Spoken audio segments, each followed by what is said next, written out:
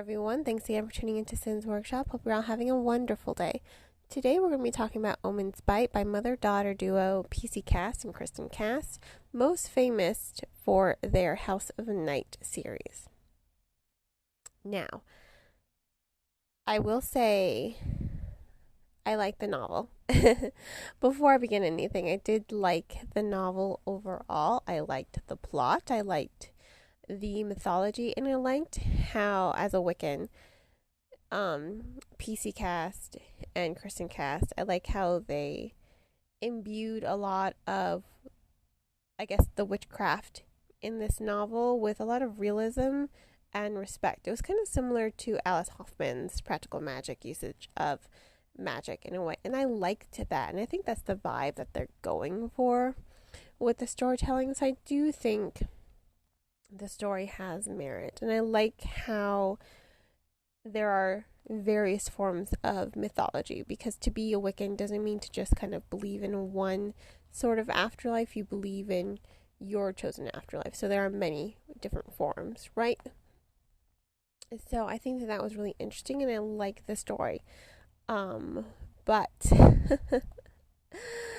if you remember my review of Spell's Trouble, I could not stand Mercy Goodville.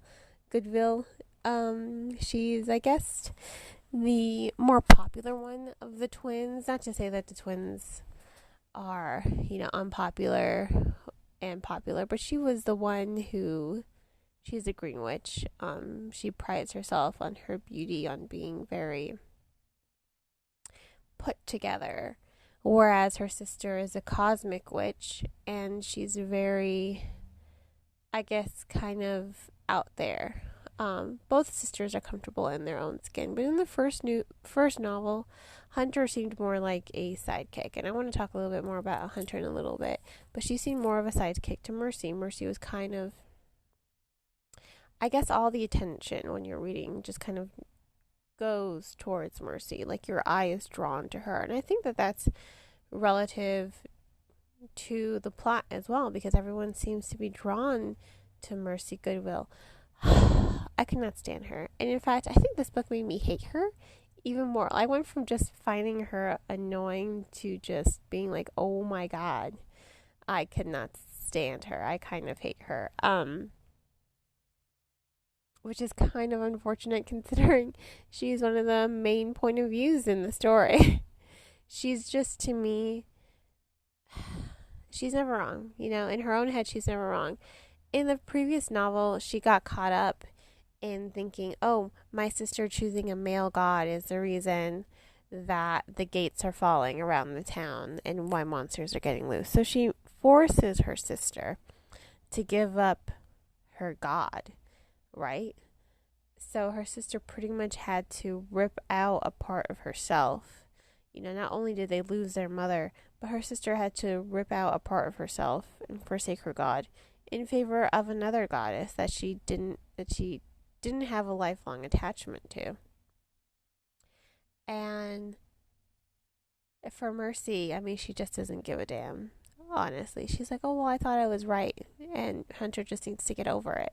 It's just like, dude. And Xena, I love Xena. I like how Xena calls her out on her shit repeatedly. Xena's like, are you not listening? Like, she had to forsake her god. It's like, well, I thought I was doing the right thing. It's just like, oh my god. Mercy, can you just shut up? I could not stand her. She's so self-absorbed. She seems to me incredibly superficial. It's really hard to feel any sort of empathy for her. Like, I just feel annoyed with her half the time. And then she uses British colloquialisms like bugger me, and I'm like, oh my god, you're not British. Half the time I wanted to just go in the book and shake her and slap her and be like, stop it. You sound so fake. You sound so obnoxious. And I think it just adds to that superficial tone of her character. So, did I like the story otherwise surrounding her? Yes, I just can't stand Mercy herself. Like, I just want to smack her in the face. Now, Hunter, on the other hand, like I said earlier, in the previous book, Hunter seemed more like a sidekick. In this novel, she's really coming into her own because her anger at her sister is forcing her to really discover who she is outside of her God and discover who she is and what her power can do outside of her sister, outside of what she thinks she's always had to do. She's always had to kind of be in the background cleaning up her sister's messes. So she really comes into her own here, and she doesn't let herself just be bullied by her sister anymore. Anytime her sister talks, she's like, you know what, I don't have to deal with you right now. I have more important things to do. She doesn't let herself be bullied by her sister. She doesn't let her voice get drowned out as much. Whereas in the previous book, she did let her sister do all the talking. But now it's more of just like, you know what? I'm going to do my thing. You do your thing. I've got this. Like, whatever. So you're really seeing her come into her own. And you're really attached to her because you're seeing her grief. I mean, she has so much grief. She lost her mother. She lost her sister in a way. She lost her God. You know, she really did lose a part of herself. And she has to kind of find the strength to regain that part of herself and rediscover herself. So for her, seeing her evolve, that was really interesting. Seeing her voice come alive and her attitude come alive, that was really interesting. I did like that. And I do like how you also have an outside point of view as well. You know, Mercy's scorned boyfriend.